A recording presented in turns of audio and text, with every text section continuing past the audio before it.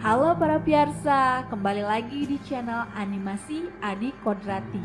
Bersama saya Nyi Candini yang akan menemani kalian menjelajahi dunia Adi Kodrati dan juga misteri-misteri dunia.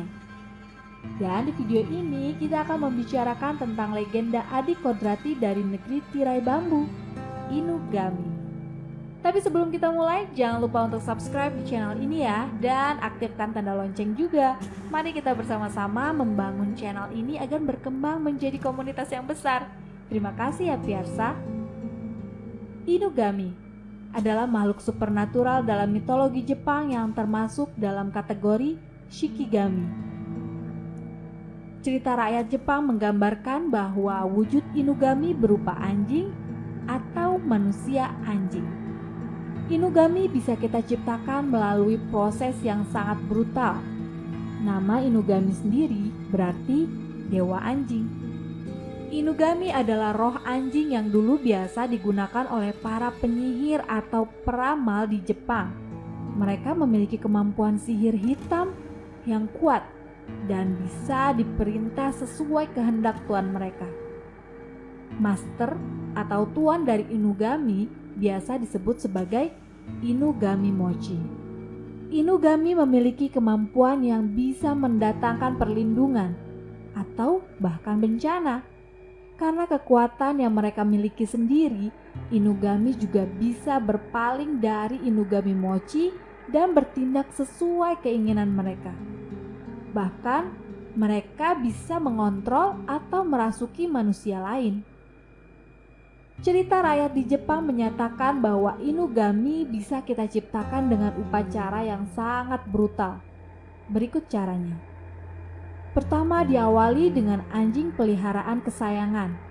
Kita kubur dalam tanah hanya sampai batas kepala atau badan terkubur di dalam sementara kepala masih bebas di atas. Siapkan makanan atau minuman kesukaannya bila perlu dan letakkan di sekitarnya. Namun jangan sampai terjangkau. Dalam proses mendekati kematian karena kelaparan, kita harus berbicara kepadanya dan meyakinkan bahwa penderitaan yang dialaminya tidak ada apa-apanya dibandingkan keinginannya sendiri. Di beberapa legenda ada juga tata cara ekstrim, yaitu saat anjing itu tersiksa, kita potong kepalanya dan kita kubur di bawah tanah dekat dengan jalanan yang berisik. Setelah beberapa waktu setelah anjing itu meninggal, kita pindahkan tubuhnya di sebuah tempat atau kuil yang telah dipersiapkan secara khusus. Inugami biasa digunakan untuk kebutuhan-kebutuhan jahat seperti penculikan, pembunuhan, atau mutilasi. Inugami juga mendatangkan perlindungan kepada para Inugami Mochi. Bahkan, jika seorang Inugami Mochi cukup terlatih, dia bisa memerintahkan Inugaminya untuk mengendalikan seseorang atau merasuki dan bertindak sesuai keinginan kita. Walaupun kita sudah berhasil menciptakan atau memerintahkan Inugami, kita juga harus berhati-hati terhadap mereka. Ingat, Inugami kita bangkitkan berdasarkan rasa dendam selama proses upacara pembuatan. Ada kalanya mereka bisa berbalik menyerang kita. Ketika Inugami kita meminta sesuatu, kita sebisa mungkin mengabulkan keinginannya.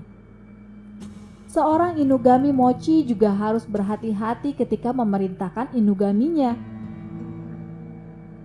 Jika terlalu memaksa keinginan, maka Inugami bisa berbalik menyerang tuannya.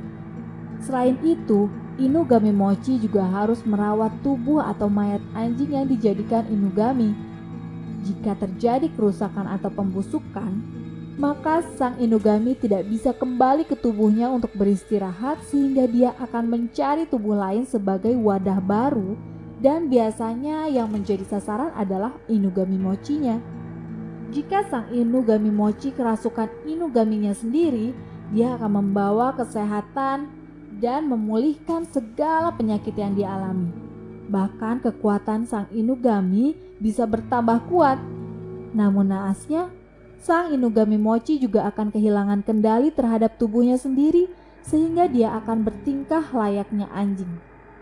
Terkadang juga mengakibatkan rasa tersiksa di bagian perut, tangan, atau kaki. Emosi labil yang kuat juga akan mengakibatkan Inugami Mochi semakin kehilangan kendali terhadap tubuhnya. Nah, itulah tadi cerita kali ini mengenai Inugami. Bagaimana pendapat Piarsa? Serem nggak? Tulis komentar kalian ya. Jangan lupa juga untuk men-share video ini ke teman-teman kalian. Kalau kalian ada ide menarik untuk video selanjutnya, komen juga ya. Sampai bertemu di video selanjutnya.